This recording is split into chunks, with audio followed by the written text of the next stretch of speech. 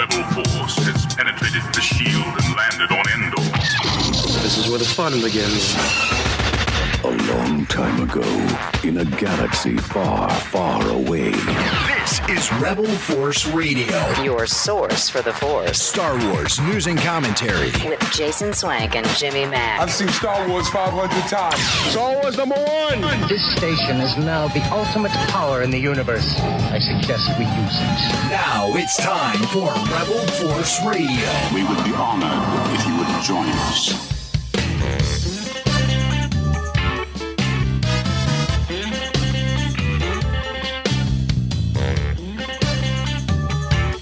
Well, you know, Harrison Ford doesn't hold any sway with Star Wars these days. You can tell. I'll tell you why I know this. Because back in 2016, when they put out that Force Awakens Old Man Han action figure, this is what we got. Showing it up here on the screen. Look at that.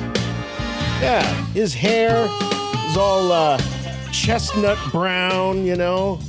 It looks like maybe he's a few days older than he was in Return of the Jedi. We know that's not what he looked like in the movie, folks. You know, we know that ever since we saw that first look of Harrison Ford back as Han Solo. We know what he looked like. He looked like this. That's right. Check this out. This is the archive edition of the Old Man Han action figure, complete with the gray hair, more wrinkles. Yeah. Looks just like he did, and it's amazing. A great redo in this archive collection of the Black Series. But it just made me think, you know, when you got these two different versions, like, you know, if you're Harrison Ford, which one are you going to say, yeah, that looks good? The old man or the, you know, the young guy? The young guy. But I'm glad to finally have an actual old man Han Solo in my Black Series collection, looking as he did in The Force Awakens. Which for me is sort of, that's kind of where the sequel trilogy ends for me, you know, the end of that Force Awakens movie. Not to pick that scab. We don't want to be picking scabs here on Rebel Force Radio. Never, never, never. It's great to have you all with us. Thanks for hanging out.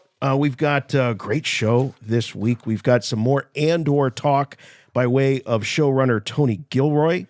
Still making the rounds, still talking about this project, and why not? I mean, he's got 2 seasons worth of this.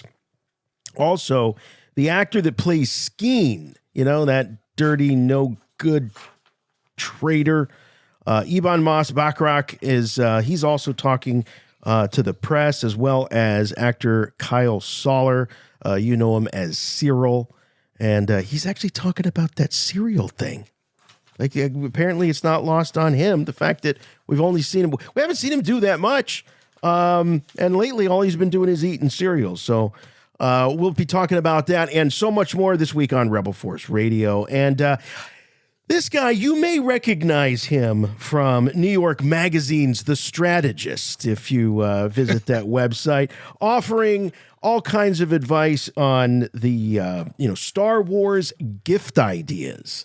That's right. If you go to rebelforceradio.com, you'll see a link to the Strategist magazine, the Strategist website, courtesy of the New York Magazine, story about the top Star Wars gifts. And who was their source? Who did they go to when they needed to know, where do we buy Christmas gifts for the biggest Star Wars fans? That's, of course, my good friend and yours from Chicago, Jimmy Mack. Hey, Jason. Hey, Star Wars fans.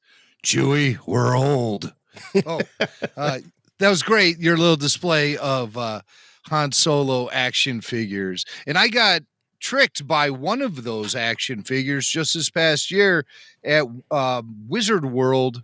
Well, it's formerly Wizard World. They call it something else now, Fan Expo or something like that. But I was shopping around, and the Star Wars action figure selection on that convention floor was bleak, but I came across a 3 3/4 inch Black Series Han Solo action figure, and he was wearing a blue coat, and I thought it was a Hoth Han.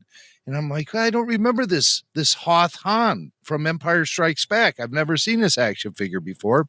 I bought it, I brought it home, I researched it, and I discovered that it was a Force Awakens Han Solo when he's wearing his his wintry coat when they go to Starkiller Base. Remember, he's wearing that blue coat. Yeah, that's right. That was an homage, I think, in a lot of ways to the way he looked in Empire Strikes Back. That's right. It was kind of a throwback moment. But the question is, Jim, was it blue or was it brown? It was blue, definitely blue. And you put a picture up here on the screen. It definitely looks blue in that shot too. But that's from The Force Awakens. However, the action figure has very brown hair on Han Solo. Yeah. Very brown. And that's what tricked me and threw me for a loop. Is because I was looking at it saying, wow, I don't remember this Empire Strikes Back action figure. But this is what he looked like in Force Awakens. He had the Swank showing hair. off the.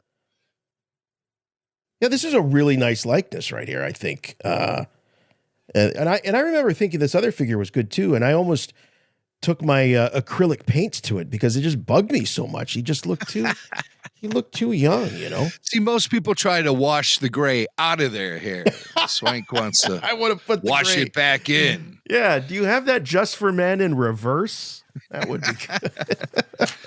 But you have to be a member of Rebel Force Radio All Access at patreon.com/Rebel Force Radio because you'll see full show video. And that's the only place to catch it, where Swank is showing off his old man Han Solo action figures. And it's just a great community of Star Wars fans hanging out. Fantastic. Getting early bird releases of each episode of Rebel Force Radio Audio Podcast, full show video, the Babu Freaks RFR Q&A, which is weekly, and the new RFR RPG with myself, Tyler Page, Matt Rashid, and soon to be a growing gang of RPG players. I just completed my first campaign, Swank. Really? You're into that now? I don't know if we could be friends. It's like that's a whole new universe. You're going to forget all your non-gamer RPG friends. You're just going to hang out. You're going to be like Kyle is with his Dungeons and Dragons buddies. Like that's Well, congratulations to Kyle. He's going to be directing and working on this great Dungeons and Dragons documentary. Word of that just broke earlier this week. Did you catch this, Jason? Is that great news. Or what? Yeah, that is really great Dungeons news. And Dragons. Now, you know, I'm a little jealous of Dungeons and Dragons because it really took Kyle away from us. You know, it's like you know, to me, Dungeons and Dragons is the other woman. It is the other woman. Yes. Kyle, why did you leave us for Dungeons and Dragons? But no, Kyle is a diehard Star Wars fan, always will be. But he's really found an interesting home with the whole Dungeons and Dragons scene. Not only is it the other woman, but it's the one that you go, the other woman was so much prettier. I don't get it. I don't understand. I think Star Wars. Well, but this is great. He's got Hasbro working with him. He's got Joe Manganiello. Kyle's directing this documentary. This is huge, and we are so proud of him and happy for him. And he will, I'm sure, be on RFR to talk about that when the time is right. Yes, he will be. But I completed my very first RPG campaign, The Adventures of Podcastus. Podcast. Wait, that's your RPG character? Podcastus. What a great name. I love that. And I have a Duro sidekick named Vendry, and that's Tyler Page. So wait a minute. So tell me about this. So you guys are actually playing during the podcast. That's what the podcast is the campaign. Matt Rashid is the game master. And Matt. Matt's an actor known from ABC's The Family. Mm-hmm. Just an all-around great guy out in the East Coast. We love Matt. And Matt is best known as being the original RFR VIP. The very first host of RFR Q&A was Matt Rashid. He was the first guy. He's hosted more episodes than anyone. And now we have a spin-off show, RFR RPG. And I'm looking for it on the website. I don't see it on the website yet. Well, because it's part of it's a sub-series of RFR Q&A. Oh, okay. But it's going to spin off into its own show. Okay. All right. I've not yet informed Matt Rashid or Tyler Page about this. Well, this is how you operate. You just dangle a little carrot, and the next thing you know, it's 15 years later, you're still doing it. You're still churning out shows. Try 16 plus, pal. Right. But by the way, I do mention here, or I should mention that if you go over to the Rebel Force Radio website, what I really love about it is that all of the podcasts are available for you to at least peruse catalog style. So even if they're exclusive to the Patreon, you can still look through and see what are they talking about on this show and when they came out. And it's a great way to make a determination of whether you should do it or not, which the answer, of course, is yes, because $1 gets you in and you get these exclusive podcasts. Now, all access and being able to see us while we do this show, that's a little bit different, but there's something to fit every budget. There's all kind of fun content going on over there. Podcast is the adventures of... That's the name. You know what? You just won the internet tonight for me. That podcast is absolutely fantastic.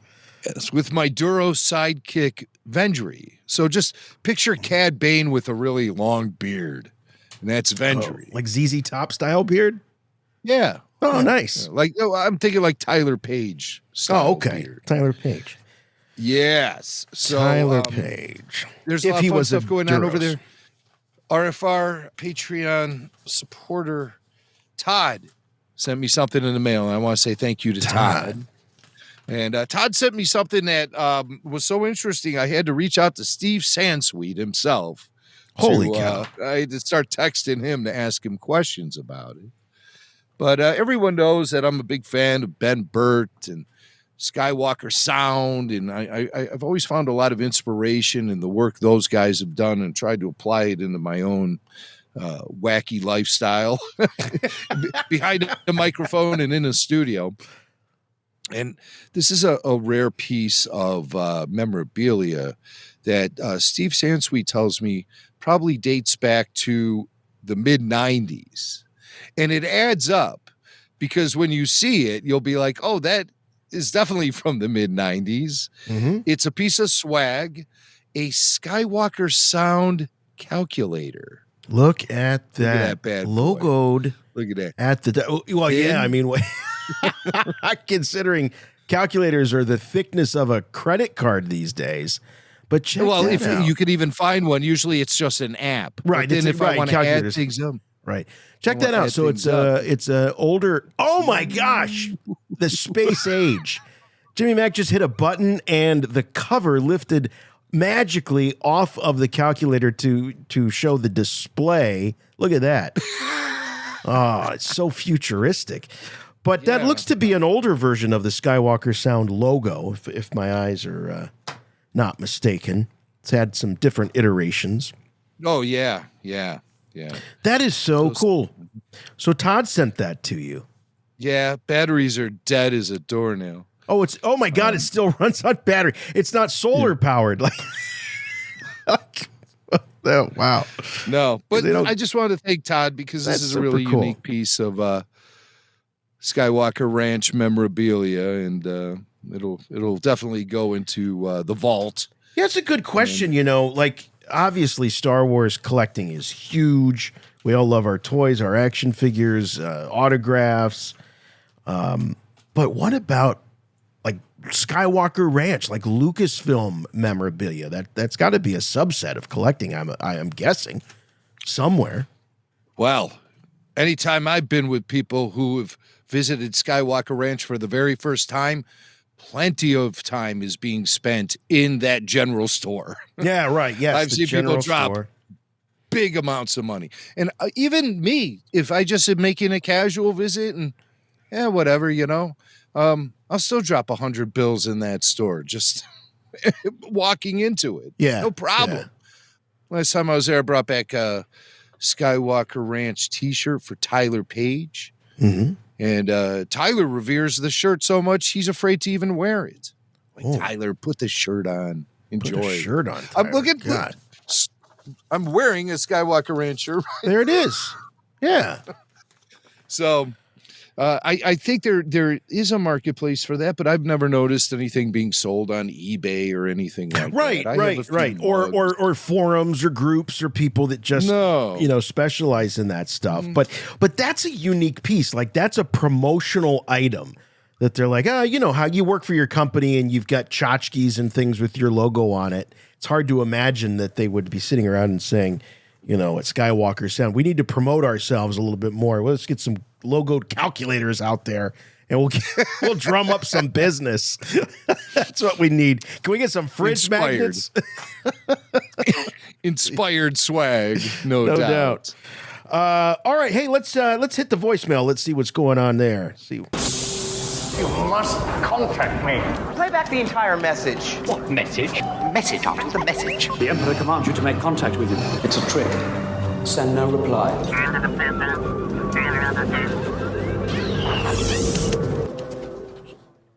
Hey Jimmy, hey Jason, it's Mariana. I was just watching Andor, and episode 7 was really good, especially to see how it all ties in to the rest of the story. But I'm pretty sure you all saw the numbers that just came out about the viewership and the decline or lack of increase of viewership over the last couple of weeks since it came out or leading up to Andor. And it's really sad because this is such a really good and well-made show, and just to see that it's not getting many viewers as Mando season 1 and 2, Boba, and Obi-Wan, it's very telling. So, I wonder if the executives are going to take a long, hard look in the mirror and finally realize, wait, where did we go wrong on this? Because how long will Lucasfilm and Disney, how long will they continue to avoid correcting mistakes? And also, I've got to be honest with you guys, the whole infighting on Facebook and Instagram and Twitter regarding what is Star Wars or how good the show is and blah, blah, blah. I'm just so sick of these gatekeepers on Twitter and these people on YouTube that make money off of the culture war. I'm so sick of it. I just want to enjoy the Star Wars, and like you guys, I will watch it with face value and I will criticize it, and then I will decide going forward if that's in line with what George, originally created for this universe. I'm just so done with this infighting. I mean, am I the only one who feels this way, or have you guys been feeling it too? Or do you guys know someone who's feeling the same way as I am, or am I just going crazy? I mean, I want your honest opinion. And, let's see where the rest of Andor kicks off, and I'm getting ready for Tales of the Jedi. Thanks, guys. May the Force be with you. May the Force be with you always. We love you, Mariana. You're a great friend and good supporter of the show. Wow, the gloves are off. Yeah. So we've got up here on the screen. This is a revised version of a chart that came out as part of a Forbes story, or at least it was used as support for a Forbes story about, hey, Andor is a great show, but nobody's watching it. That's the basic gist. And so, Jim, these streaming companies, whether it be HBO Max, Amazon, Netflix, they never really release numbers. They release some version of numbers, but it's not like, you're a traditional media guy. I have a lot of experience with Arbitron. I think at one point wasn't there something called the people meter they were trying to do to really, they were really making a strong effort to track what people are listening to, because back in the day they'd send you a book and you would have they'd rely on you to write down a little log, in longhand. Yeah, from 8 to 9 I listen to this station or watch this TV show.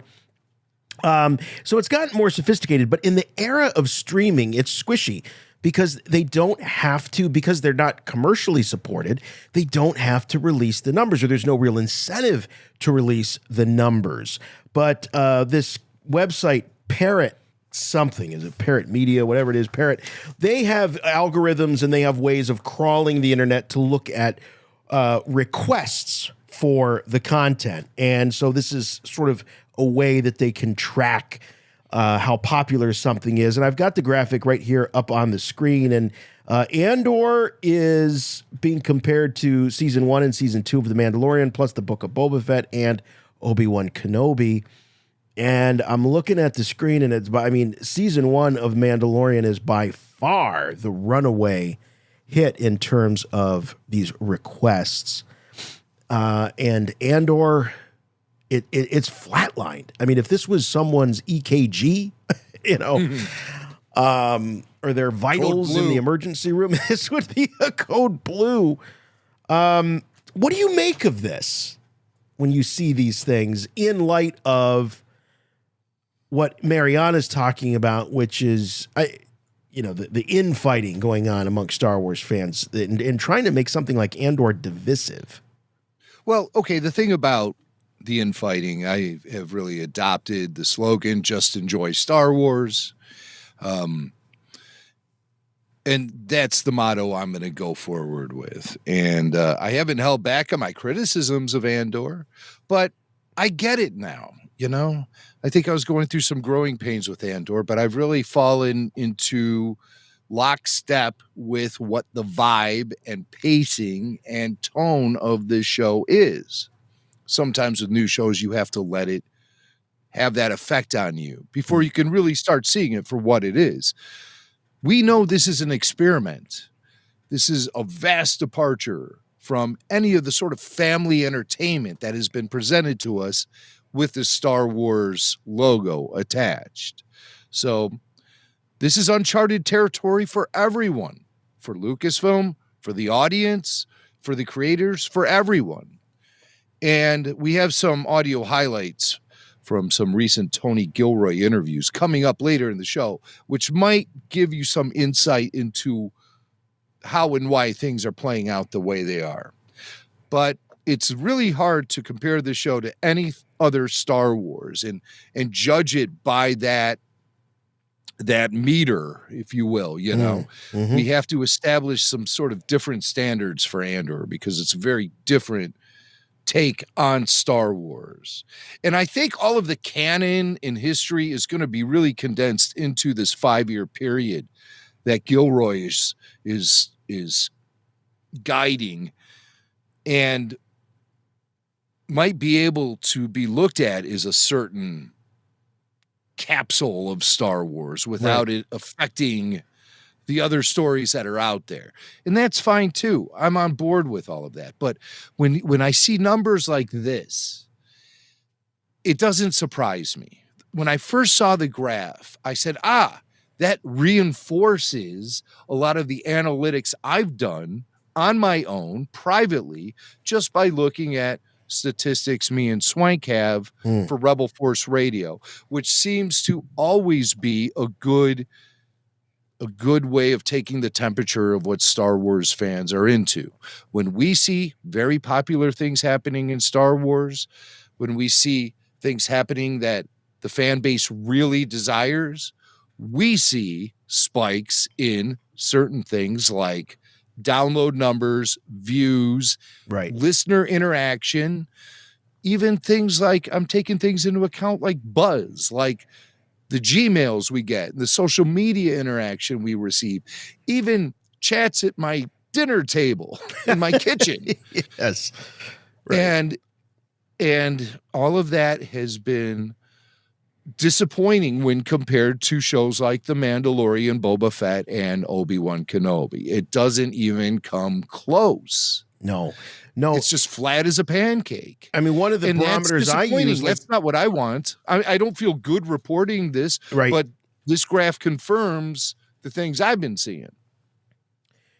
Yeah, I've been feeling the same. I mean, even at the day job, when a show comes on like Obi-Wan Kenobi and certainly Mandalorian, even Book of Boba Fett, people will come up and ask me, are you watching it? What do you think? Explain to me how this happened. Nothing, crickets. I hear nothing. And, one of the things to keep in mind is, as you look at this is not a show that is going to engage families. per se. I mean, certainly not younger kids. I mean, Mandalorian, we don't miss an episode of Mandalorian on the day it drops in this house, and it's been that way since the first episode. Book of Boba Fett, not so much. Then Kenobi came along, and Kenobi was another one. All of a sudden, we didn't miss an episode on day and date. And the rewatchability was there, I think, with younger kids, restreaming it, showing it on their iPads, all that. With Andor, it is playing to an older audience. I also wonder, Jim, if some are sitting out and waiting for it to run its course and they want to go back. Maybe they're hearing what kind of show it is and that it is a slower burn, and they want to have that gratification of being able to go from one episode to the next, to the next, to the next, to the next. So that also could come into play. But what Mariana's we've seen that happen in Star Wars too. In the past, you and me were shouting from the rooftops about the quality of the Clone Wars. Yeah. In its early years. And it didn't really become as impactful on the Star Wars fan base until it hit Netflix and people could binge it. That's right. That's when Good everyone caught up to the Clone Wars. We were there for the long haul. And while it appeared that more and more people were getting on board with the show as the seasons went by, I still didn't feel the seismic impact of the Clone Wars on the Star Wars fan base until it hit Netflix. And I think it was a convergence of a few things too. The audience that was very young when the Clone Wars debuted were now older and able to speak up on their own platforms and make more of an impact within the realms of the fan base itself. So I think that convergence of those two events really solidified the Clone Wars for future success long after it was DOA, once the Disney company took over and canceled the series. Yeah. So second life via Netflix, and maybe Andor will have that same second life, and you'll see much more attention being paid toward the second season of the show, which is going to tie in more to the bigger picture of Star Wars, the larger Rebel Alliance, and everything leading up to the events of Rogue One. I think the cream, I'm a big believer that the cream always rises. And I do think that this is a show of exceptional quality in terms of the performances, the writing, the cinematography. It's hitting on all counts. It is less accessible for a wider audience than other Star Wars shows have been. Mm-hmm. And I'm okay with that. I think that there's, I'm learning just like everybody else. We're fellow travelers in our fandom, just like everyone else listening to this show. It's not like we got it all figured out. And yeah, there were times where I, wanted to really resist this idea of there being different flavors of Star Wars ice cream. But I have to accept that. I had to accept that with the old EU. I have to accept it with the new EU, that that there's a flavor, there's a comic flavor, there's a novelization flavor, there's all these different flavors. And but what I guess at the end of the day, what really matters to me is, am I excited every Wednesday to wake up every Wednesday and know that I'm going to watch another Andor series and then get to talk about it with one of my best friends and all the listeners? I mean, yeah, absolutely. Now, Mariana also brings up, when will Lucasfilm learn from their mistakes and all of this? Do you think that there is a lesson here, Jim, for Lucasfilm to learn? And if so, what is that lesson for Andor? Well, there's already commitment to a season 2. Yeah. So it's going to happen. And Tony Gilroy is writing it with his team, and it's going to be very reflective of his masterful touches. And that is not going to change no matter what. So what should change? I mean, maybe there might be second thoughts about bringing a grittier edge to shows like The Mandalorian. But that would be tough to grab that out of Favreau's grasp. He knows what he's doing. He's established the tone, and he's gonna stick to his landing. Upcoming series like things like The Acolyte, which we know nothing about, could that have a grittier edge? based on Andor's performance. Possibly, or possibly not. It's really like hard I said, to it's say. an experiment, and I Yeah. don't think the experiment is over yet. I don't think we have all of the statistics and conclusions coming from the laboratory yet. Yeah. To form out a proper conclusive criticism of this show. Well, how many seasons? Your connection or your comparison to the Clone Wars, I think, is really good. We had what, 7 seasons of the Clone Wars when it was all said and done. Yes, Actually, all said yeah. and done. 7 6 when it got canceled. Right. I'm sorry, 5 when it got canceled. 5 when it got Season 6 canceled. was the Lost Missions that was released at first as home video only. And I then the think Disney in Plus Netflix, exclusive the season. Netflix. And then that, yes, of Yeah. course. But I think if we were going to judge the Clone Wars based on fan reaction after that first season, there would have not been a season 2. Or after that first film. Well, after the film, absolutely, it never would have taken off. But That was very poorly received, and the box office for it was dreadful. But George Lucas didn't care. He didn't care. He was committed. He was funding it himself. He was going to find a distributor no matter what. He was going to continue to make it. And similarly, we've got that same kind of guarantee with Gilroy. We've got 2 seasons. He doesn't care. He's making it according to his own vision. I think history is going to be very kind to this series. I really do. And I think that fans are going to find it eventually. I think younger fans that might be a little too young for the show are going to find it and love it. And, as I've said before, if you're sitting this one out, I think you're only hurting yourself. Is it perfect? No, nothing's perfect. But it is a really, really compelling look at this galaxy that we have spent number of us, 4.5 decades celebrating and loving. It is, you won't get it anywhere else. There is some irony to this. And in the story on Forbes, he talks about the author, so I can pull up his name, but he talks about how he desires, he thinks that Lucasfilm should give Tony Gilroy a blank check. I think that's what he actually says. Yeah, it's Paul Tassi at Forbes. The story is called "Andor is Better Than the Mandalorian, but No One Is Watching." So check that out. So he thinks that Tony Gilroy should be given a blank check, and he said that he would love to see Tony Gilroy's take on the politics of the Jedi.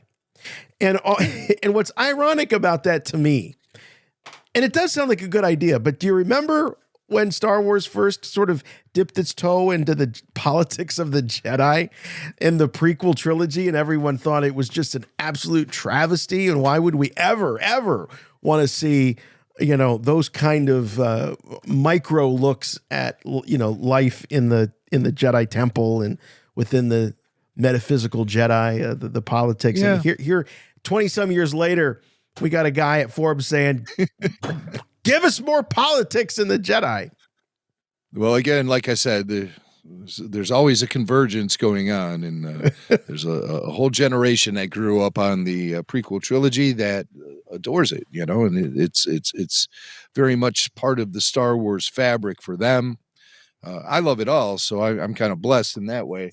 But as far as Tony Gilroy, that sounds like a pretty compelling premise for a guy like him specifically to sink his teeth into.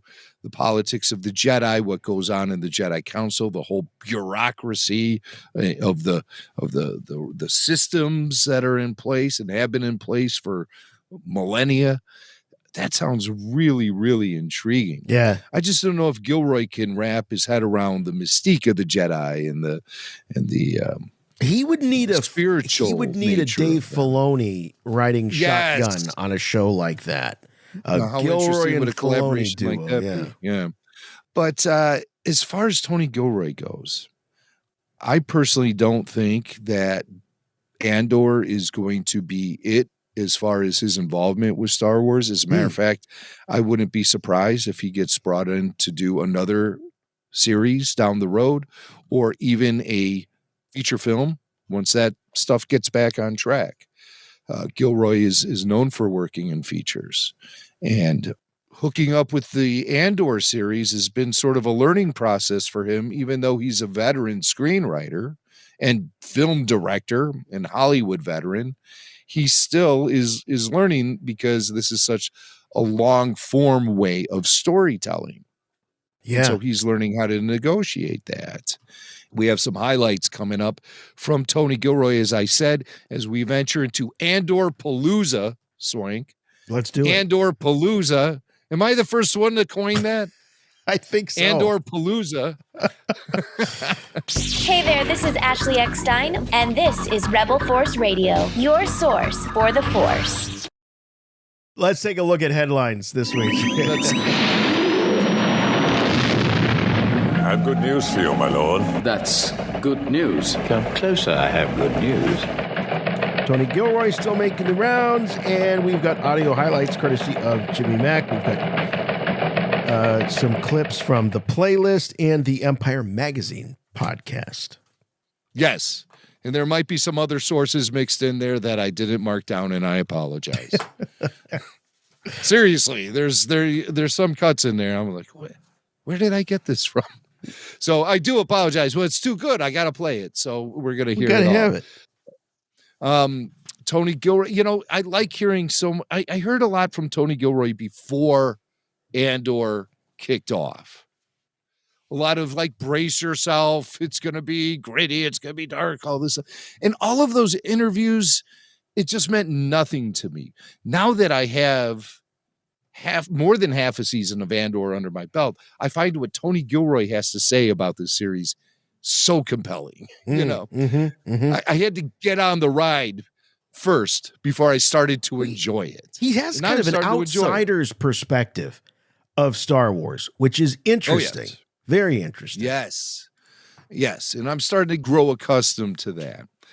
But when it comes to story, and especially character, like Gilroy, he tells his whole story through character, which is a different take on Star Wars. Star Wars has always been very plot heavy, and Gilroy is the plot is unfolding via our experience with these characters and the conversations they have and the experiences they share. So Gilroy's talking about one of my favorite characters in Andor, and I'm sure Swank, you'll agree with me. Good old Luthen. Luthen's awesome. I love Luthen. He's great. Man, that guy, I want to see more. I always want more Luthen. Uh-huh. But Luthen's great. Stellan Skarsgård. Luthen Rael is his name, and he runs a gallery on Coruscant that Mon Mothma likes to frequent. But there's more to him than meets the eye. So Tony talks a little bit about Luthen, where his story's going, and the growth of the rebellion in general. And will Luthen be along for the ride all the way to Yavin Base? Tony maybe drops a hint here or there in these comments. Stellan's playing a character, Luthen, who is kind of been quietly building a network and being a talent scout and a binder and a procurer for all these different things. And this is the moment that he's gonna go loud. This is the time. He's decided he can build no longer. It's time to go out. And the show really, particularly in the second half that we'll do the next 4 years, the other 12 episodes that we're going to do, is really about what happens to, this revolution is hundreds of different groups and people and rebellions all over the place that are nascent and cooking, and they don't know each other and they're not aware of each other. And you're watching Luthen try to pull it together, and, Saw is one of the people he deals with. There's other people he deals with, and the names of different things. And you're going to watch as the show goes on the stresses of taking your company public, scaling your company up. It's one thing when you're running a little private enterprise. All of a sudden, when it's a thing, all those issues. But then also, what happens to the original gangsters? What happens to the people that were really there at the beginning? The ones who, Yavin is a pretty establishment place at the end. There isn't a lot of room for all the original maniacs that started all this stuff. And that's a really interesting thing to me. And it's a really interesting thing for the show to deal with, and it fits very thematically, really good with a lot of things we want to do with the characters. So that's something that we're really exploring. And Saw is very much that's the first place you look and go, oh God, they should have more, because he never gets in the tent. He doesn't fit in the big tent. Because he's crazy. He's crazy. The maniac. He's extreme. I love this. And I think Luthen, in light of those comments, just guessing, I think Luthen does resemble more of the Saw Gerrera wing of this. Mon Mothma has already expressed reservations for where he's heading, but he's pushing this whole revolution into a place it has to go. You need guys like Luthen. You need guys like Saw Gerrera. But then once they start being successful at what they're doing, I mean, when do their aggressions stay within a reasonable realm? They outlive their usefulness sometimes. And that's what's, we see Saw is the outsider. Yeah. We get glimpses of that in Star Wars Rebels and more so in Rogue One, where, on Yavin, they don't even know how to find Saw. Right. They don't even know how to find him. He's totally renegade, total rogue, total maverick. And Luthen is going to fall into that category as well, where he's going to see his control of the situation slip through his fingers, and he'll fall victim. How's he gonna like that when he's not calling the shots? He's not the guy who's been there since day one, right? And so he's gonna see that all slip away and fall under the control of bureaucracy and red tape, and he's gonna flake. He's gonna flake, just like Saw. Well, Saw was uncontrollable from day one. Talk about a maniac. A lot of people point at those Clone Wars episodes where Saw gets introduced and he's being trained by the Jedi to fight back against this separatist takeover of their planet. And so he's just a member of the planet Onderon. And but the Jedi have these moral struggles. Should we be teaching them how to fight? Should we be arming them? Should we be fighting alongside them? They don't know, because it's an isolated planetary incident that's going on. It's an uprising against the government on this planet. And the Jedi are kind of like, Prime Directive. And they're like, no, wrong franchise. But, well, still, you know what I mean? So they train Saw as much as they can, and I recommend people going back and looking at those episodes, those Onderon War episodes. But a lot of people look at that and they go, this is the birth of the rebellion. And it can't be. It's impossible, because the rebellion is against the Empire. And the Empire didn't exist during the Clone Wars. Yep. It's more about a planetary revolution as opposed to a galaxy-wide rebellion. And that's not because a lot of people, I'm so confused. How many times are we going to hear the birth of the rebellion story being told? Didn't we hear that in Clone Wars? Impossible, because the rebellion's against the Empire. So do the math, kids. This public service announcement brought to you by the Ad Council. Okay, let's get back into more Tony Gilroy. I've pontificated enough. Tony Gilroy gives us some hints as to how season 2 will unfold. I think we've heard him talk a little bit about this, but I think he gets a little more specific in these comments. Our final scene of the show is no secret. It's going to be him walking across the tarmac to get in the ship to go to Kafrene, the Rings of Kafrene, to go meet Danny Mays Tivik in the thing. He's going there. So we have a really cool narrative thing we're going to do because we have blocks of 3 that we shoot the show in. And what's really cool, when we come back for the part 2, we're going to jump a year and we're going to come back. It's a year later and all this happened, but we're going to come back for a Friday, Saturday, and a Sunday, and then we're going to jump a year. Then we're going to do like 5, 6, 7 days and jump a year. And then we're going to do 2 weeks and jump a year. And the final block that we come back to is going to be the last 5 days before Rogue One.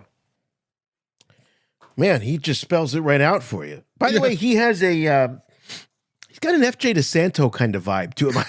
When I hear these guys are, I think, 2 peas in a pod.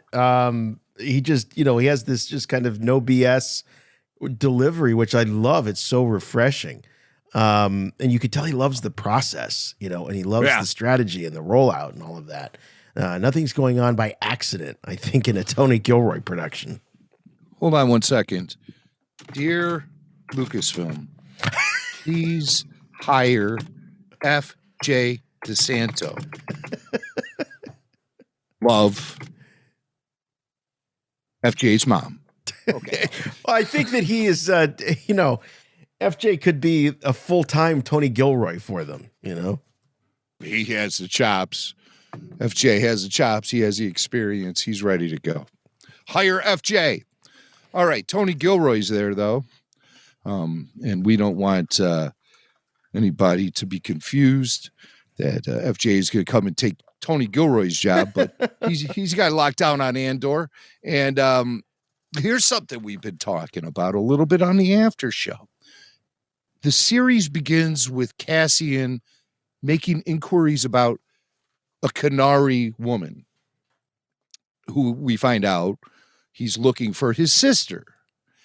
And I thought that was a pretty important way to start the show.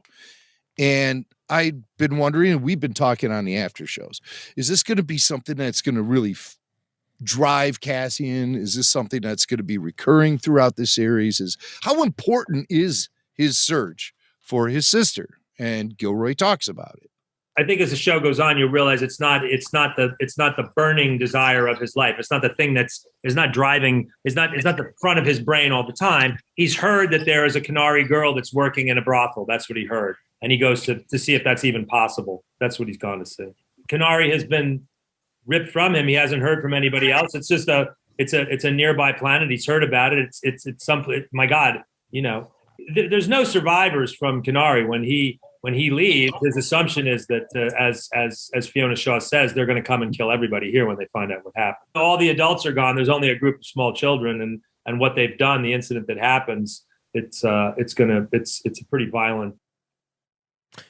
Yeah. So, as Marva says, no one survived. Don't bother. I think Gilroy is almost confirming his sister is no more.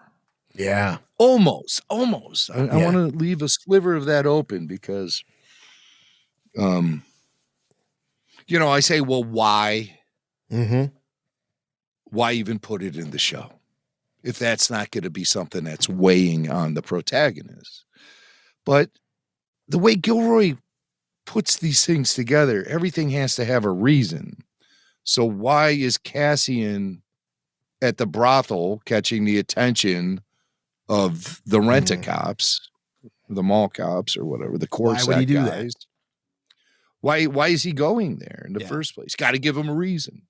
Well, he heard a Canary woman was working there. How could that be? Could it be his sister? So he's going to go check it out. And that might be the significance of it all right there, wrapped up with a bow on it. We don't even have to think about it anymore. But then in this past episode 7, Marva does say, you got to quit looking for her. So it's obviously a recurring thing for this guy. I think the point of the search isn't, will Cassian find his sister? The point of the search, as far as Gilroy is concerned as a storyteller, is where will the search for his sister take Cassian? Yep. I was just going to say that even though they dealt with it in a pretty explicit way on the X-Files, for the most part, throughout the series, all you needed to know about Mulder was that it was that disappearance of his sister that drove him to become the man he was. And so, so I think in a similar way, that is part of Andor's makeup. And so it informs us a little bit about the character and his desire for connection back to his family and something that he lost. Perhaps it is informed his sense of justice, whatever that is. So it is relevant. But you're right, Jim. He leaves the window open a crack that maybe it's not at the top of his mind all the time, but it still may have ramifications for the future of the show. Right. And let's see where this search is going to take him.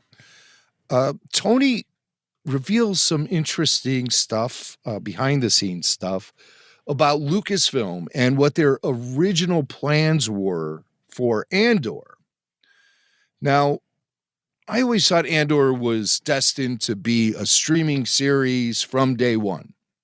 Mm-hmm.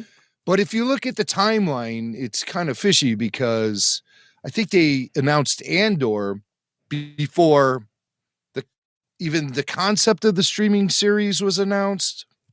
I can't remember. Now that I think back, I think Iger announced Disney Plus and Andor in the same conference call. Yeah, it was definitely in that first batch of shows that were talked about. Yeah.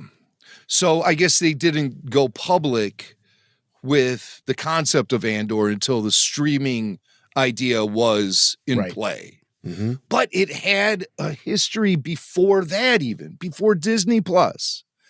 There was an original plan for Andor.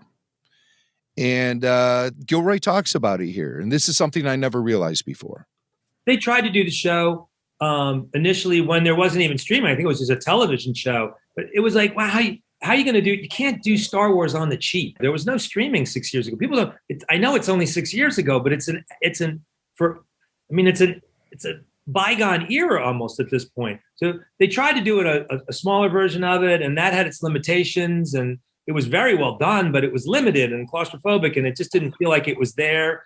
And that's when I wrote this say, hey man, if you're ever going to do it, you might want to try to do it this way. And this would be you'd have to take a guy and you want to make the journey to the accomplished guy that we meet in Rogue One. You want to have a really big hole that he spends 5 years climbing out of. That would be the take of it. It wouldn't involve escapades with K2 all the way through. That would be kind of, what are you going to do? Storm the Citadel every week? It's like, what are you going to do? Yeah. Wow. So did you pick up on that? It sounds like Andor was originally targeted to be a network series, possibly dropping on ABC, most likely, and in the vein of the Marvel Agents of S.H.I.E.L.D. show. Something of that era. Yes. And, we wondered, or at least I wondered, did Disney notice? Because it didn't feel like Disney or Lucasfilm acknowledged how beloved Rogue One was, because it was almost like they didn't want to, because it was a distraction from what they really wanted people to be excited about, which was the sequel trilogy. But Rogue One sucked a lot of oxygen out of the room because everything that they had, released after Rogue One was being compared to Rogue One. And so you wondered to yourself, why haven't they learned, or what, are they even aware of how much love there is for that movie? Well, we have our answer now. They were aware, and they were perhaps prepping a network television series because of that. Right. But it was Cassian and K2. Yeah. And I think that really changes the whole flavor of the thing. Oh, it becomes a buddy down. show, Right. Yeah, like a buddy cop show or something. But Gilroy stripped it all down and said, no, it's going to be about this guy and how he pulled himself up out of the gutter and became a guy who sacrificed himself for the greater good of the galaxy. And they always say sacrifice himself. It's not like Andor took a bullet for anybody or anything. They were all doomed. He didn't have much of a choice. There's nowhere to go. He was trapped in an inescapable situation.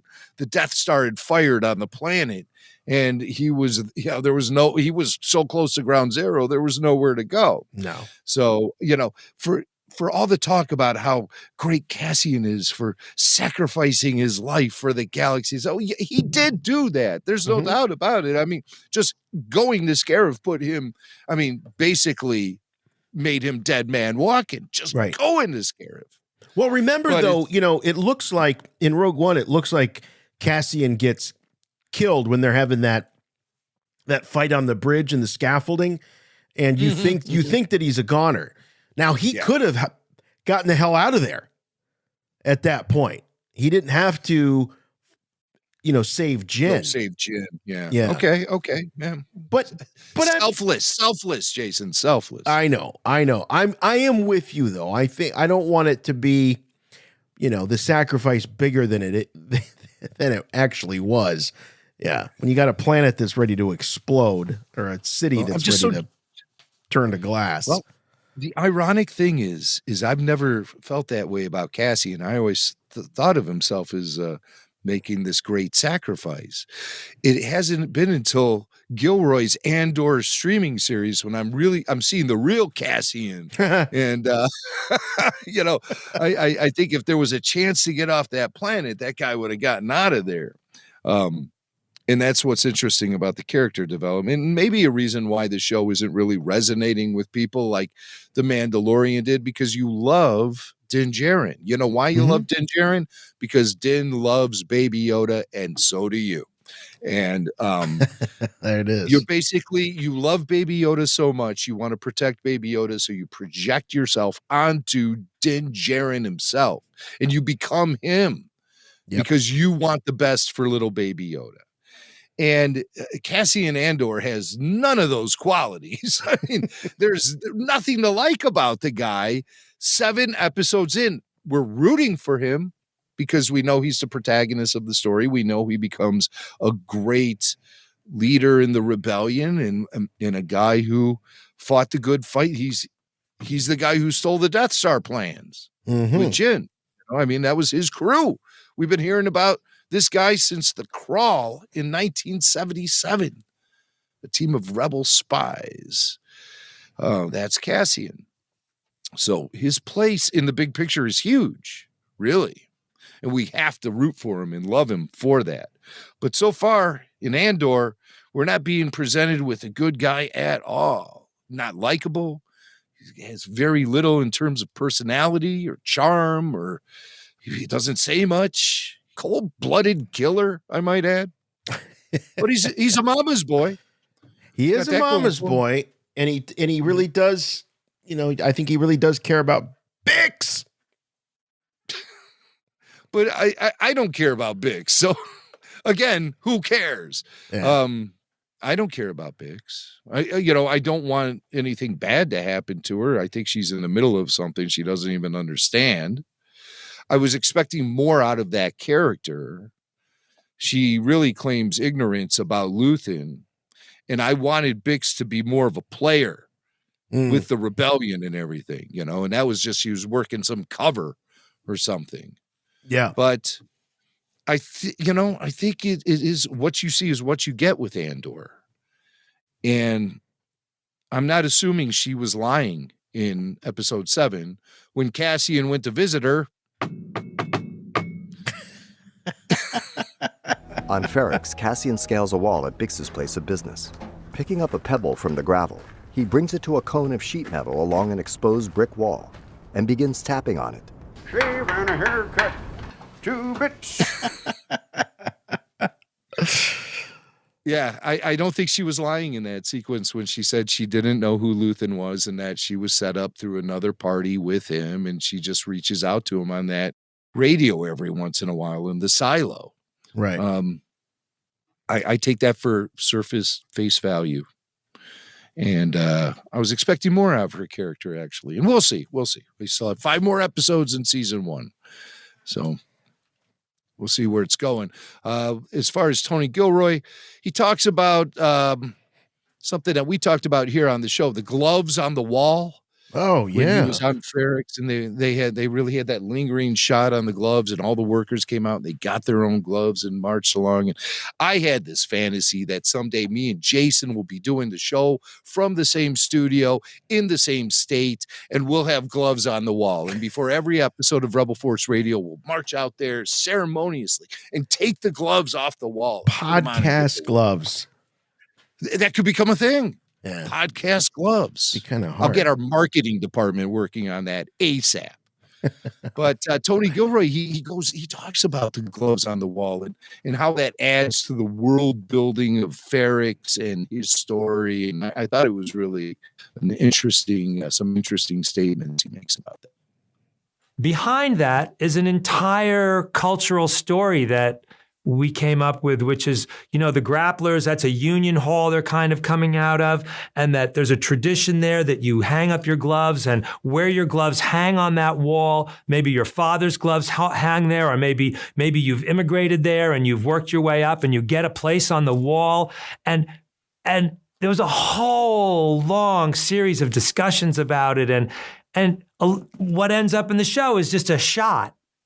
But those conversations and the depth of that curiosity that our team has about building a culture like that, and even though it's only a shot that passes, the grapplers, and then it leads to the time grappler, they inform everything else about the community. So we build everything from a molecular level up. Yeah, the world building is definitely real with this series, and this has a long history in Star Wars. You know, George was very, very adamant that the various alien species, that to the extent they were able to, that their cultures be sort of flushed out, more detail. It would just create a greater sense of realism. So, you know, you had people thinking, you know, more about what the Jawas would, you know, what they would be like, what the Ewoks would be like. And then I think he really did that more so with the prequels as they looked at things like the Geonosians, for example. He wanted to know everything about the Geonosians and why they lived and, you know, the types of dwellings they did, things like that. So, and the Jawas, you know. Yeah, even right. the Jawas had their own culture on board those crazy sand crawlers. Yes, yes. That's interesting, Swank. Gilroy refers to the workers as grapplers. I always thought a grappler was a wrestler. Yeah, you know? Me too. So what does he mean by that? And there's a grappling hook. You know, you got the grappling hook that Luke had in the Death Star when he swung across the chasm, the grappling hook. But what's a grappler? I maybe that's just some new Star Wars terminology for the people who work in the mines on Ferrix. They're grapplers. Yeah, he's in the time grappler. There's the grapplers and the time grappler. Yeah, that's the guy hitting the Beskar chimes. Oh, that's right. That's the time grappler. He's the time grappler. Yeah. He tells you what time it is. It's time for wrestling, is what he has to say. So maybe that's just a Ferrix thing. They're all grapplers of some sort. They're grappling. That's all they do. They're grappling. Maybe that's sort of like the you know, workers or something. Maybe it's sort of a general term. You got a time grappler. You got just regular old grapplers grabbing their gloves. Hey, as long as we're talking about grapplers, shout out to AEW's Smart Mark Sterling, who's a regular listener of Rebel Force Radio. Smart Mark. I'm going to have to check in with Smart Mark here. We do need to do TV. That. He's a big Star Wars fan. I mean, one hell of a collector. So yeah, we should do that if he has the time. That'd be great. Smart Mark, the grappler. Well, Mark's on the road. You know, he's still very active in that circuit. Oh yeah. I got to go see him sometime. We need to do that. I've got one more clip here. I've got a number 6. Do you want to do number 6? Sure. Yeah. Let's do number 6. This is just Gilroy briefly talking about how the second half of season 1 is constructed. So we knew that the season started off with 2 trilogies. First trilogy, 1 through 3. Second trilogy, the Aldhani trilogy, 4 through 6. How is the rest of the season going to be constructed? Are we going to get 2 more trilogies? Episode 4 is part of 4, 5, and 6. They really go together. There's an interstitial episode 7, which is a really, really interesting episode. Then there's 3 episodes that do go together, and then there's the final 2 episodes. Oh, all there right. you go. So There's a your standalone. Some might say filler, although this filled me up plenty. I like this one. If that's filler, give me more of it. Yeah, that was good stuff. That was good stuff. We had shore troopers and these Imperial droids. Oh, look at that. Jimmy Mack breaking out the toys. I still have them. I still got it from last night. You got to check it out with the after show for episode 7 announcement. Jimmy Mack was busting out all the action figures. We got Yularen, various versions of Yularen and the KX droids. Very cool stuff.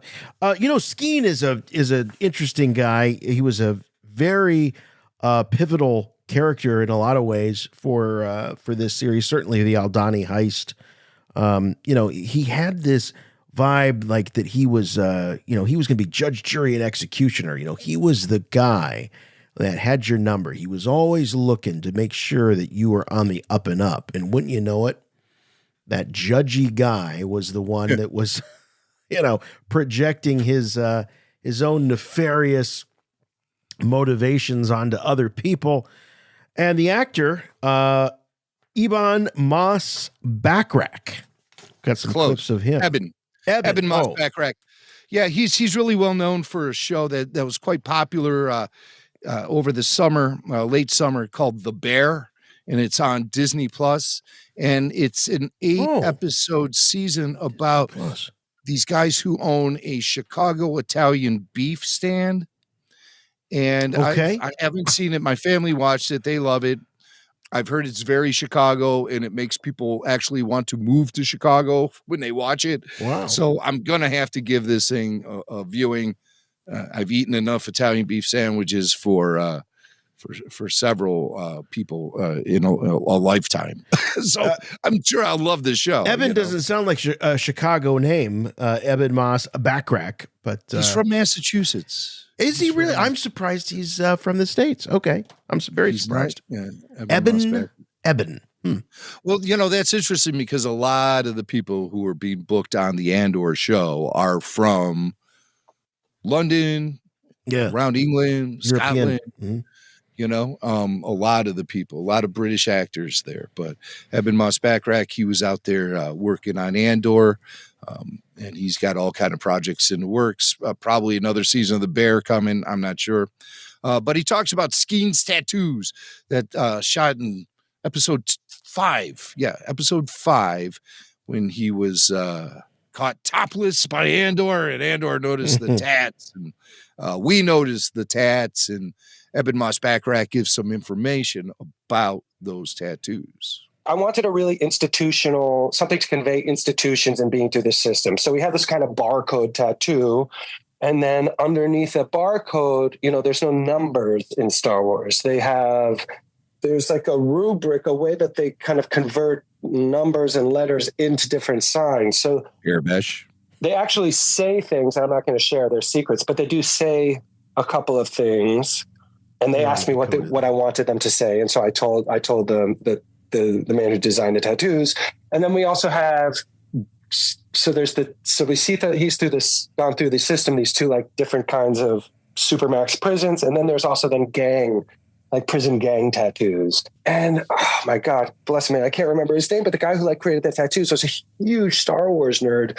And he was like, this is how I think they would have done. There's a one kind of creature in Star Wars who's like a kind of porcupine looking kind of thing. And he's like, I think these tattoos would have come from pulling one of their spines and dipping that in a certain kind of ink and then doing a kind of stick and poke. And I was like, that is, thank you. To get that kind of history and think about how that these, I have so much respect for that level of commitment from the art department. Wow. Boy, this actor is so not like his character, Man, I mean, great actor, for sure. Those tattoos are very interesting. I saw some funny theories online, boy, oh boy, the theories are crazy. And every time I hear quotes from Tony Gilroy, I think, boy, you guys are off by 1.5 miles. But Skeen's tattoos, there was one that translated, it was like the crate hand or the hand. What was the hand? I pulled the audio from the episode of Andor. Oh, okay. Identifying the tattoos. So here's a clip from Andor featuring Skeen's tattoos. You know what this means, don't you? Yeah, I saw your eyes go right to it. Crate head? See, they don't know. I got no idea. What about this? By the hand. All right. You so know, Andor is an expert on levels of tattooing.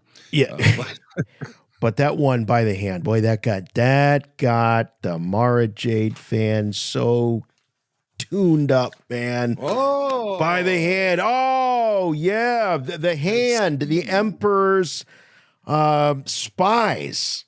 hand. Yeah, the Emperor's hand. The Emperor's hand. The hand of the Emperor was a bunch of spies, and Mara Jade was one of them. So they were talking about, maybe this is the way to get Mara Jade into live action here, into canon. Yeah, I like Mara Jade, so I would love to see her. I think George has got that in his will. Like I wouldn't be surprised. He hates Mara Jade so much that it's probably when you see that photo of Iger or that video of Iger and Lucas signing that contract. Iger's getting ready. He's signing it, and he looks down and sees that under no circumstances shall Disney ever make Mara Jade canon. He wrote it in at the last minute. It's all like scribbled in. Oh, that's funny. But anyway, so Crate Head and By the Hand. And it's heartening to hear guys, the actor like Ebon using some of the vernacular that we were doing our after shows on that, talking about going up through the system and ending up in these prisons and all of that. So I love when we're on the same wavelength and we don't even know it with these creators. There you go. Love it. Now, something I didn't notice was that there's a little bit of history behind Skeen's blaster. I did not recognize this, and I don't think I ever would. So he reveals the connection between the blaster Skeen uses and a very famous Star Wars character from the original trilogy.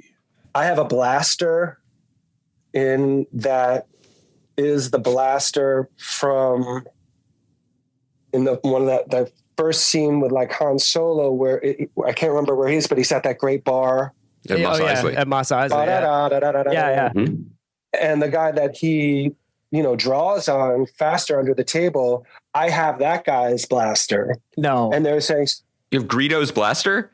I think so. And they said, okay, well, we could figure out a way for the blaster to get from me to Greedo, which we'll never really see and which will never materialize in any way. But it was really important to everything is kept track of. Wow. Skeen has got Greedo's blaster. Yes. When I think of Greedo's blaster, I think of the blaster that came with the action figure back in the day. Which was a Stormtrooper. A Stormtrooper blaster, exactly. DL-44. Yes. I cannot think of what his actual blaster looked like from the film. I'm not getting a mental image. No. Because all eyes are on Han's blaster in that scene. Yeah, even though it's still in its holster and under the table. Mm-hmm. Greedo's pointing that bad boy right at him through the whole thing. He's I don't know that we ever get a great look at it. I feel like we only see it from behind. He's got those big suction cup fingers wrapped around the thing. You can't see anything. But it's Skeen's old sidearm, Crazy. He's got Skeen's old blaster. How did that happen? No. What did Andor do with Skeen's body? Probably threw in the trawler, and then they buried the trawler. That's what Vel says. They buried the trawler.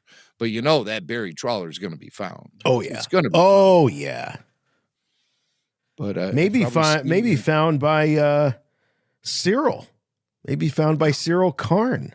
Syril's going to put the loose ends together and blow this thing wide open.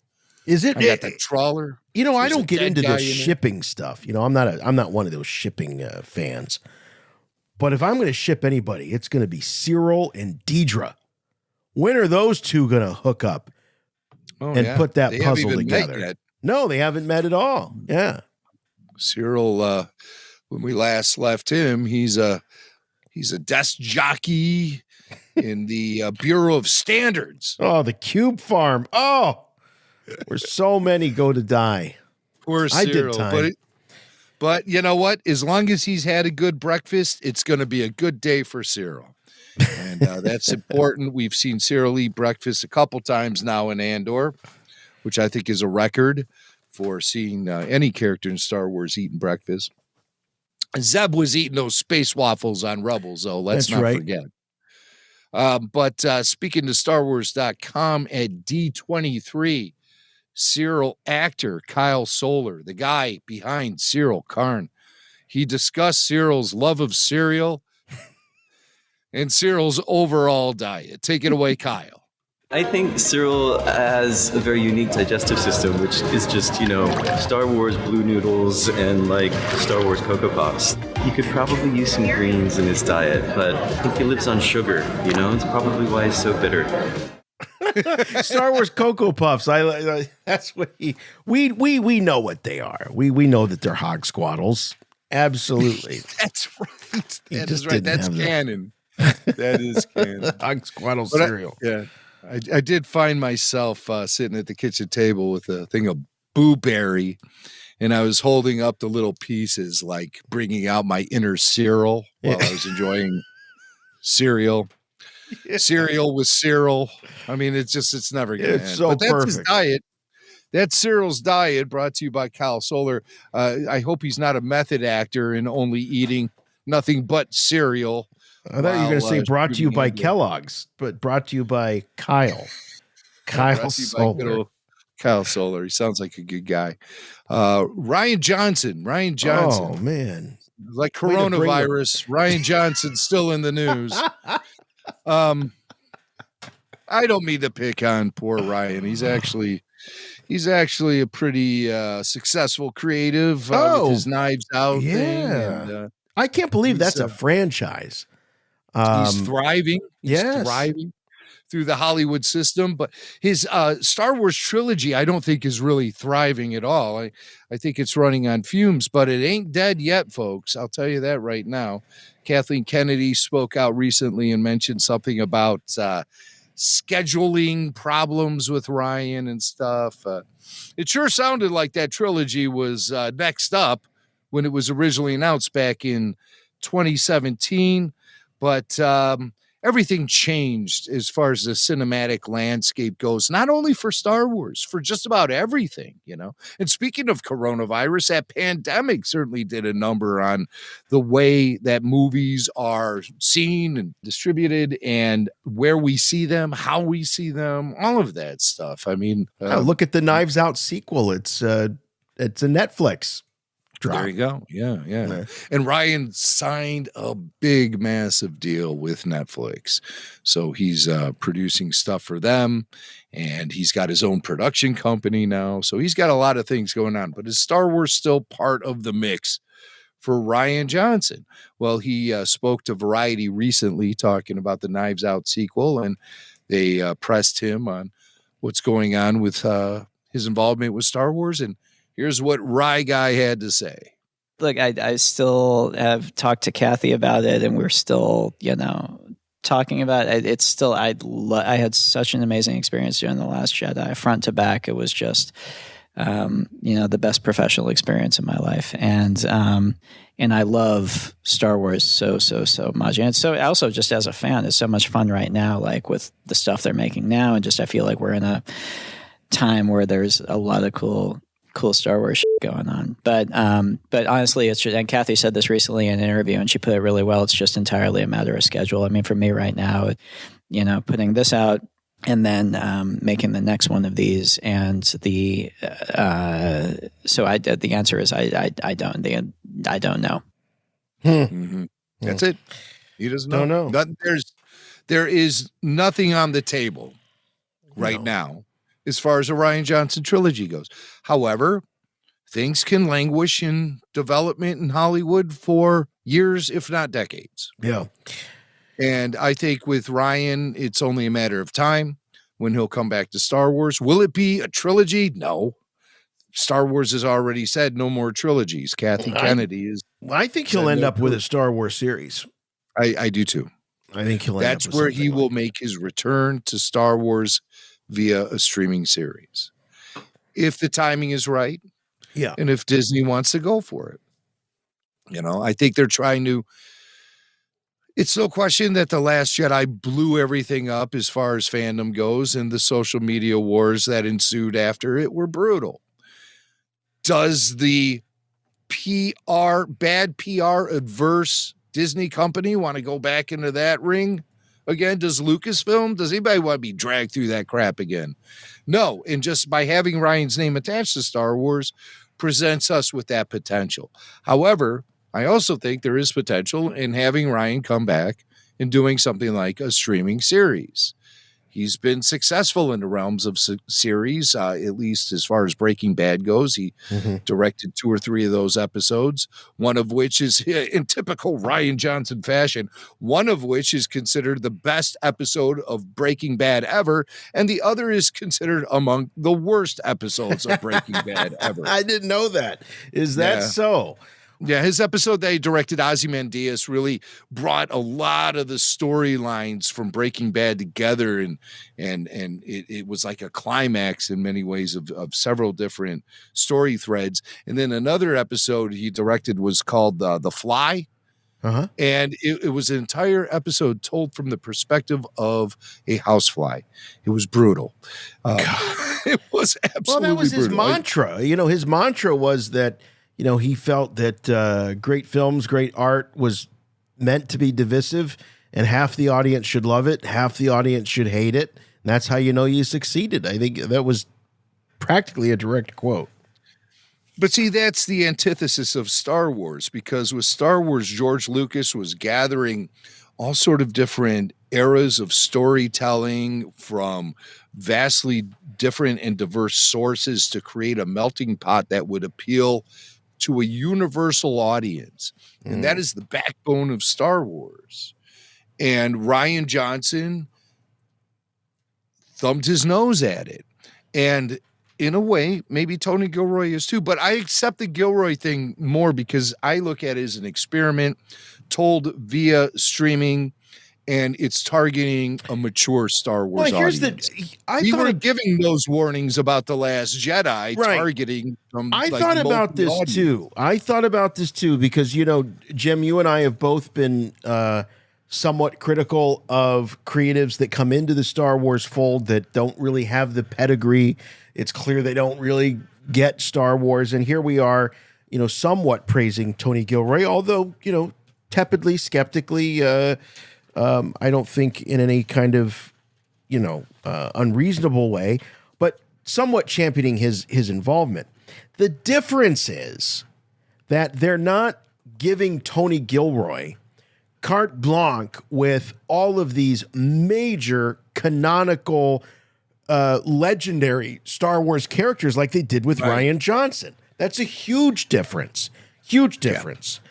Fine, subvert my expectations all you want with Bix and Tim and Luthen and Andor, but keep your grubby hands off my Luke Skywalker. Yeah. That's an extreme responsibility. And nowadays you see all sort of different productions like Picard, like Andor, like Obi-Wan Kenobi, where they bring in the actor who is responsible for portraying the protagonist, and they bring him in and they have open ears to the suggestions that they make. And, they've done that with they did it with Ewan McGregor and Obi-Wan Kenobi, and Ewan has been associated with the role of Obi-Wan Kenobi since the 90s. Of course, Diego Luna has been associated with the character of Andor since its inception in the mid 20-teens. They get named executive producers. They have a voice at the table. Luke freaking Skywalker, Mark Hamill's been associated with that character for 40 plus years, 45 plus years. And let's just pat him on the head and tell him to go read his lines and do his job. Mark was insulted by that, and the end result insulted longtime Star Wars fans who actually gave a crap about Luke Skywalker. Yeah. And so I think, maybe that was a big learning period for Hollywood, that whole idea of making Mark portray Luke Skywalker in a way that was uncomfortable for him and uncomfortable for a vast majority of Star Wars fans and anyone just kind of paying attention. I felt like it was going someplace. I don't want to just condemn The Last Jedi and say I don't like what they were doing with Luke, but I thought, maybe there'd be 12 episodes of this Skywalker saga thing, and Luke would have more of an impact as it went on. Right? Is he really dead? The things, but just they just kind of gave up and waved the white flag after The Last Jedi, and just basically said, we don't really know what we're doing anymore with Star Wars films, so we're just gonna put an end to it. You know what? I just had a thought. One of the objections that they had was, well, every time we write Luke Skywalker into a scene, he just completely upstages every other character, and you lose track of these new characters that we're trying to put over. Gee, John so write a whole movie about Luke. Well, what I was going to say is John Favreau and Dave Filoni certainly didn't have a problem. Nobody forgot who Grogu was the moment that Luke Skywalker stepped onto the soundstage. Jeez, I'd even forget who Cara Dune was when Luke walked on the stage. All right. It just made, what it did is it just sort of cemented the fact that you were in the Star Wars universe. And it's all about the execution. Absolutely all about the execution. It's all about the execution. No doubt. So, Rian Johnson, I think there still could be potential with him coming back to Star Wars. He loved working on it. The people, the production crew at Lucasfilm loved working with him. Oh, yeah. Maybe, telling the story of the Skywalker saga is, that was a challenge there, but give him something fresh to work on. I'm not turning my back on anything at this point. I would just love to see the cinematic franchise come back to life somehow. That would come nice. back to life. I mean, I'm losing confidence in the Taika Waititi thing with every week that ticks off the calendar. Yep, I am we too. Hear nothing about it. Also, I do want to point out in this Rian Johnson interview, it's revealed. He's asked, have you written anything for your trilogy? And he says, no, nothing is written. So, I mean, it's all just nebulous, it's all just kind of out there. Not even a treatment, not even, we just had a discussion? He might have something like a treatment, but who knows? Definitely not strips. Yeah. So, Rian Johnson's trilogy definitely running on fumes, but, I'm not reporting this just to rip on Rian because, I think there is potential with him doing something in Star Wars, the broom boy, that's a loose thread as far as I'm concerned. Bring me broom boy, Rian. Miniseries. Oh, stop it, EOP. You know what? I give that idea one EOP fart. That's that we're going to be rating things from now on. How many EOP farts does that idea get? One. Poor broom boy. I know. He was in that stable anyway. He's used to it. He's used to the smell. All right, let's switch over to pop culture. Rebel Force Radio. You've already made that Star Wars reference. Your source for the Force. Star Wars parody. Man, I am so behind the Clerks franchise. I only saw the first Clerks. And I got to tell you, I need to go back because when I saw that film, I wasn't in the demographic for I wasn't in the Kevin Smith demo at that time. I think you were squarely in that. I think Kevin Smith at the time of that first Clerks movie was reaching out, Jimmy Mack, to you and guys of your age. And I need to go back and revisit it because I saw it. I saw that. I saw Chasing Amy. What was the other big Kevin Smith flick back then? Dogma. Mallrats. Oh, Mallrats. That's the one. Yeah, Mallrats. That's the one I was thinking of. But I want to go back and I want to revisit those and see that. I didn't see the Jay and Silent Bob movies. But I want to go back and look at Clerks and Clerks 2. I couldn't believe that there's a Clerks 3 until you talked about it a few weeks ago. And I remember you really enjoying your time in the theater looking at Clerks 3. So that has still held up for you. His first film, like you said, Jason, it connected with me as a Gen Xer, Me and Kevin are approximately the same age. I might be a couple months older than him. But when he released that first Clerks film, it really meant something to me. I worked at a Citgo gas station in the mini mart there. And I'll tell you what, that first Clerks film is almost like looking at a closed circuit camera pointing at my time at the old Citgo. My buddies were there. It was a hangout. It was a place where people would debate things. We'd talk about music and movies and stuff. And yeah, there were occasional brawls in there. And I don't even want to talk about what went on in the walk-in cooler after hours. But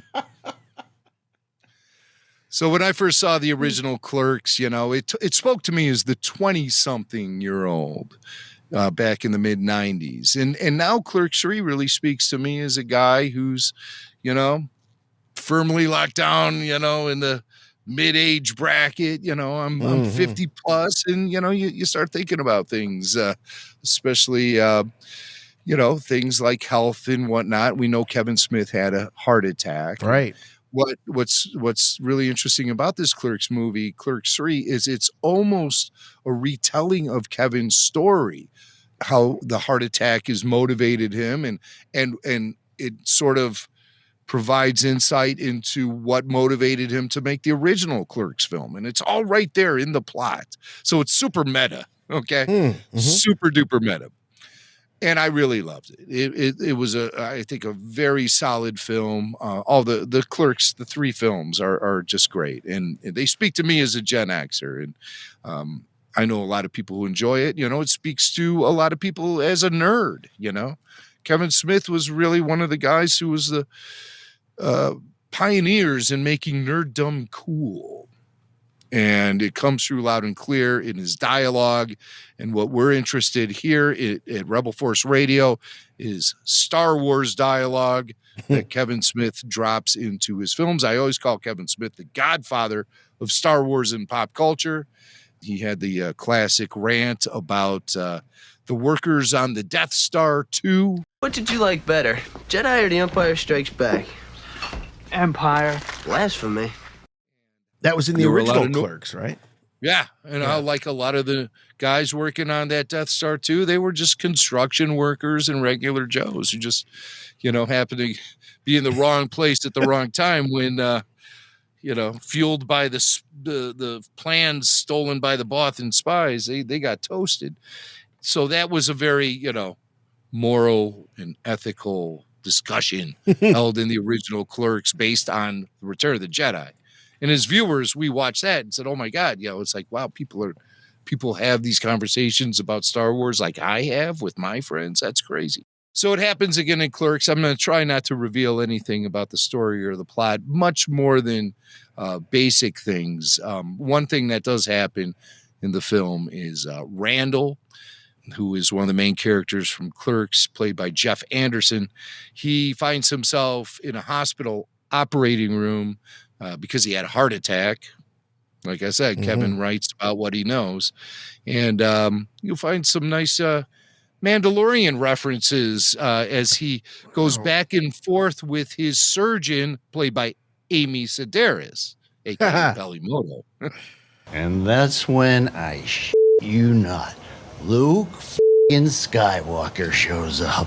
And I'm talking about the young Luke from Return of the Jedi, not the Gran Torino get off my lawn Luke from The Last Jedi. Okay. Quick heart update, Mr. Graves. During your thorough retelling of the Star Wars show, The Mandalorian Season 2. I was able to get the stent in place. So this is where I need your help now. I'm going to open the stent, and all you have to do is tell me when you feel the pressure lets up, all right? Let's do this, McDreamy. This is the way. The way to what? Oh, that's a saying from The Mandalorian. Why do I get the feeling that that Kevin Smith is saying if I was in the hospital today having all that done, this is the conversation that I would have had with my doctor. Well, maybe that is the conversation Kevin had with his doctor. Could have been. We'll have to see if the timeline matches up, but yeah. So Randall survives his heart attack and decides to make a movie about his life at the quick stop. So basically, the movie he's going to make is the movie Kevin Smith released back in 1994, the original Clerks. so they start going over some of the things that could be included in the script. And one of those things that gets brought up is that classic conversation from the original Clerks about the construction workers on the Death Star 2 and how they... So that gets brought up and it gets consideration for inclusion in Randall's script about working at the convenience store. I've never seen a whole movie set in a convenience store before. Right? Thank you. I'm gonna fill the script with all the weird shit me and Dante have ever said or seen around here over the years. Oh, you should put in that stuff you used to say about the Death Star contractors. Get sued by Disney, that.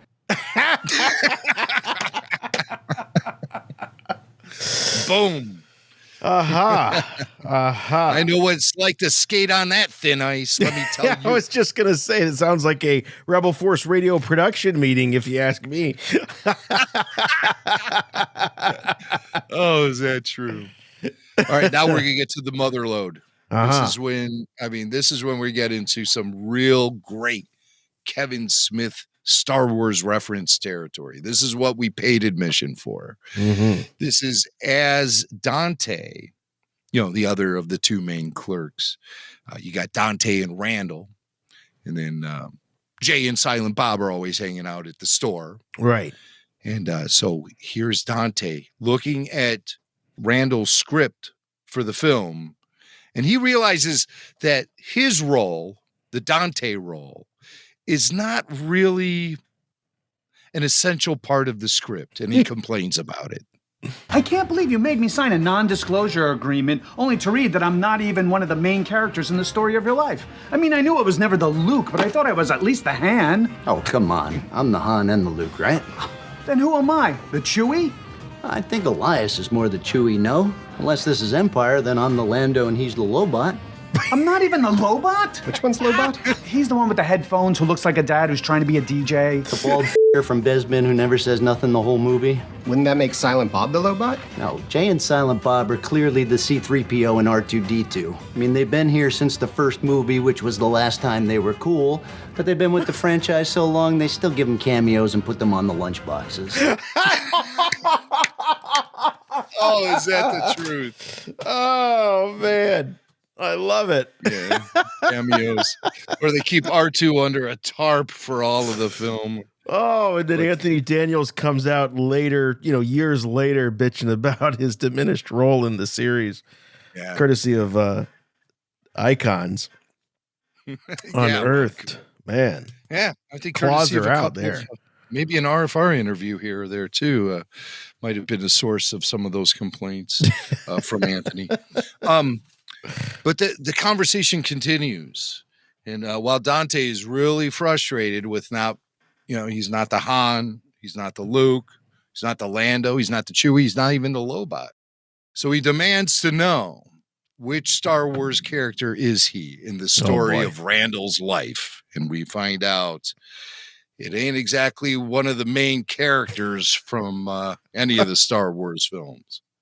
So if I'm not Luke, Han, Chewie, Lando, the droids, or the Lobot, then who the f*** am I in your Star Wars? Princess f***ing Leia? No, you're the Dak.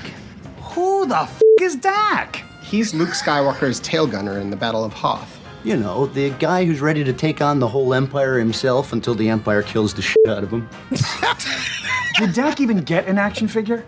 Not in the classic Kenner line, no. Because? Because he was deemed unimportant to the story. But that's just bullshit, man. Without Dak, Luke could have never... Dak was the only guy that's Dak was plucky as shit, man, just like you. Plucky? Oh, man. All right. I got to see this movie. I got to watch all three of them. I want to do that. Jason. Yeah. I watched it for the second time the other day to pull this audio. Uh-huh. And as the movie progressed toward the end, I found myself with moist eyes and a single tear rolled down my cheek. Wow. Yes. Wow. Speaks to me. Just like the original Clerks spoke to me back then. But everything hits you so much harder when you're older. And you say, yeah, I get it. Life is fragile. and we must enjoy each and every moment. And that's why I like convening with you every week here, Swank, on Rebel Force Radio. I'm loving that we're doing 2 shows a week. Oh, I'm loving that I'm doing additional shows on RFR on Patreon. And just anytime I could be with Star Wars fans and just having a good time talking the wars, that makes me very appreciative for all things in life. And again, a single tear rolls down my cheek. Hit the theme. Chewie, get us out of here! All right, that's going to wrap it up for this week on Rebel Force Radio. Next week, wow, what a busy, busy week we've got here at RFR. We're going to be with you 2 times live. 2 times. Wednesday night, we'll be covering episode 8, season 1 of Andor. And then on Thursday, we'll be back live. We'll be covering Tales of the Jedi. Yeah, all episodes of Tales of the Jedi will be dropping next week, and we'll be here. So make sure you check that out. Look, if Andor is not your thing, and we haven't convinced you yet to check it out, be sure that you tune into that Tales of the Jedi. We're going to see the origin of 2 major characters in Star Wars history, Ahsoka Tano and Count Dooku. And the return. Oh, yeah, sure, don't leave me out. Yeah, we don't want to leave out Liam. No. I'll be popping in, I'll be popping in. He'll be popping. Did you hear, Swank, did you hear I'm going to be in the Naked Gun reboot? Can you believe it? Liam, I am so excited. I can't think of an actor more suited to step into the holster of Leslie Nielsen in The Naked Gun than you. You know, you're not widely known for your comedy, but anybody that has seen you in Life's Too Short and one of, I think, the greatest comedic moments of all time, as you were learning, you were doing your improvisational acting, I believe. Improvisational comedy. That's how I do it, Swank. And I'll tell you right now, when you say I don't know comedy, surely you must be joking. Don't call me Shirley. He's already practicing. Like that, He's already practicing. Frank Drebin, sure, I love the people that are scratching their head going, wait a minute, Liam Neeson? What? Liam Neeson? No. Yeah, Liam. It's true. Frickin' Neeson. You're rebooting the Police Academy Naked Gun franchise with Liam Neeson as Frank Drebin taking the Leslie Nielsen role. Phenomenal. From Nielsen to Neeson. Here we go, baby. I love it. I love it. All right. If you want more Rebel Force Radio in your life, no better way than to become a supporter of us on Patreon. Go to the rebelforceradio.com website. Click on the Patreon banner, and you'll be transported immediately over to a many options, a catalog of options for your level of support that fits your budget. Everything from, $1 gets you in the door, and you can enjoy these exclusive podcasts like the RFR Q&A, the Babu Freaks, Clone Wars Declassified, Remastered, the Filoni Files, Archive Highlights, and so much more. But if you want to be all access, we'd love to have you there as well. You can be watching this very podcast. That's right. The podcast you're listening to right now, you can be seeing the video of that podcast if you become an all-access member. Also, you can jump to the head of the queue. Make sure that your call gets through on the RFR after shows. Whenever we go live, we take calls. And if you're an RFR Patreon supporter, you can identify yourself as such to our call screener, and we'll make sure that we pop you right on. All those details at patreon.com/RebelForceRadio. Don't forget about our sponsors this week, our friends at Indeed. Also, another way to get more RFR in your life, and this costs you nothing. Just go over to YouTube. Go over to youtube.com/RebelForceRadio, and you will find video upon video, playlist upon playlist, going back 15, 16 years of Rebel Force Radio history, from classic interviews, parodies, and bits to the latest live stream and after shows. It's all there. Plus, new full show audio is uploaded and premiered each and every week. And every once in a while, Jimmy Mack and I, we show up. We release that audio, and some of the Star Wars or some of the Rebel Force Radio listeners show up to listen to it in real time together, and we chat a little bit. Good times.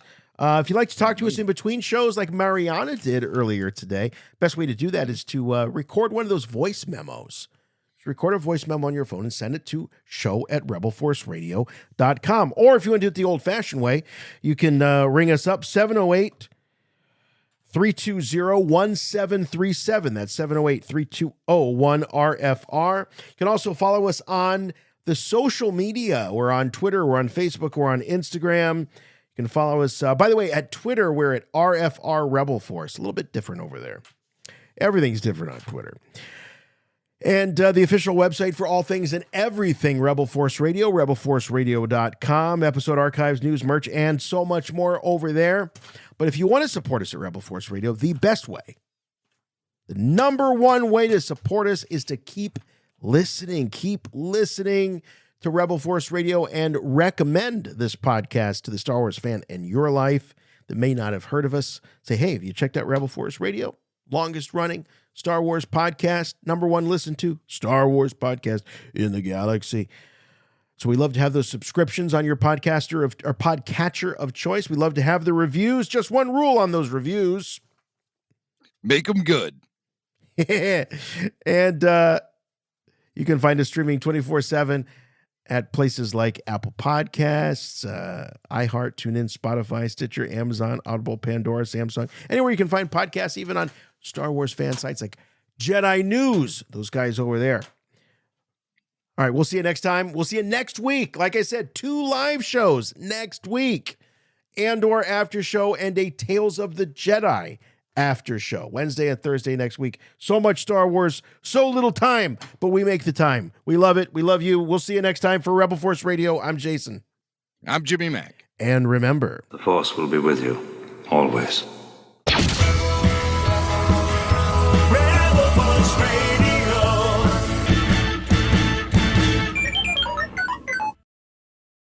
Who the f*** is Dak?